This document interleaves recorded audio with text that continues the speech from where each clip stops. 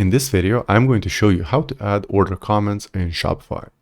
So first we'll log in Shopify account, then go to the orders and click on any order. It could be already fulfilled or unfulfilled order. It doesn't really matter.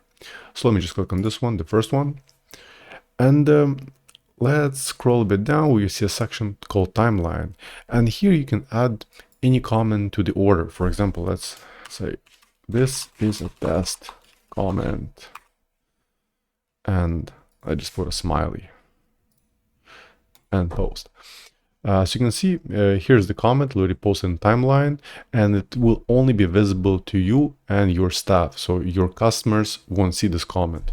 So that's purely for internal purposes. And in fact, if you go to the orders, you'll see that that every order which has a note, you'll see this this icon. So this is that simple. So I hope you found this short video useful, and for more Shopify tutorials, please ensure to subscribe to my channel. Thank you.